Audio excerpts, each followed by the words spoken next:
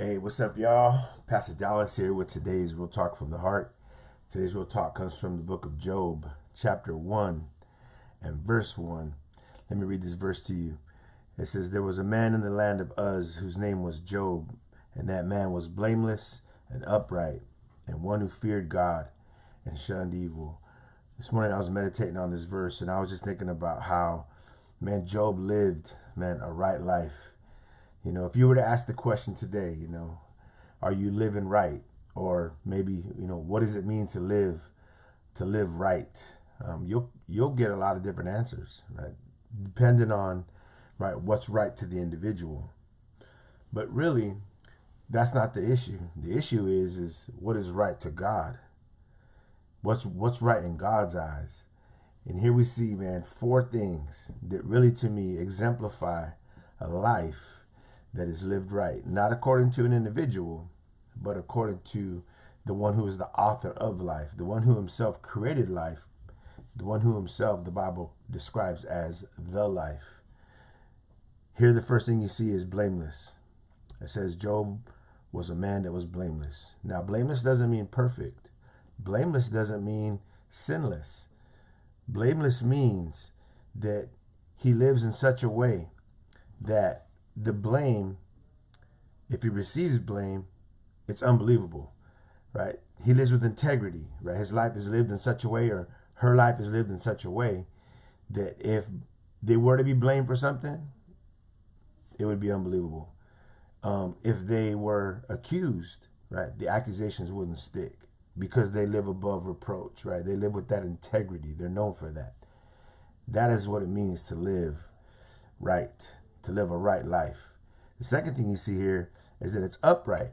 The word upright means uncompromising, right? Not wavering, not waffling, man, living with conviction, right? Staying the course, not veering off to the right, not veering off to the left, man, living an uncompromised life. Listen, that's the upright life, and that's what it means to live right. The third thing you see here is one who feared God, right? Living with a deep respect, a deep reverence for the Lord. Man, living a life that fears God is living a life that's right. As a matter of fact, you can't live right unless you fear God. But then that fourth thing there, man, the fourth thing really, man, it's really where we got to live, man. Listen, it says to shun evil. He shunned evil. What does it mean to shun evil? It means to turn away from, right? It means to recognize evil as it is, right? To make the distinction that is evil, that is unclean, and to turn away from it. That's what it means to shun evil. And that's the kind of man Job was. To live right means, listen, if God ain't cool with it, then I ain't cool with it. If it ain't cool with God, then it ain't cool with me, right? That's what it means to shun evil. And so, looking at this morning, man, what does it mean to live a right life? Blameless, upright, fearing the Lord, and shunning evil. If those 4 things, listen, are not part of our lives, then listen, we're not doing life right. We're not doing life right in the eyes of God. Right now, again, mankind, right, they have their ideas of what it means to live right, but God has the word, the final word on what it means to live right. And this man Job, listen, this man Job lived right. But I want to end with this. Living right doesn't mean that your life is going to be immune from adversity. Doesn't mean it at all.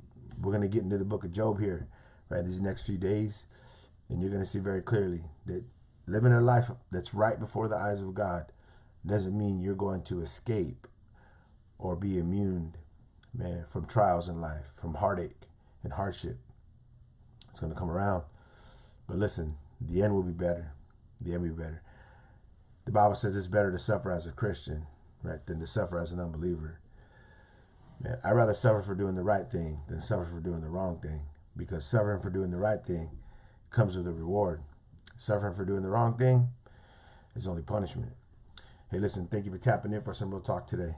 The Lord loves you, and I love you too. Praying for you today. Asking that you please be praying for me as well, man. Hope you have a great day. Hope you find yourself living at the feet of Jesus, and of course, living right, living that right life, man. God bless y'all. Talk to you later.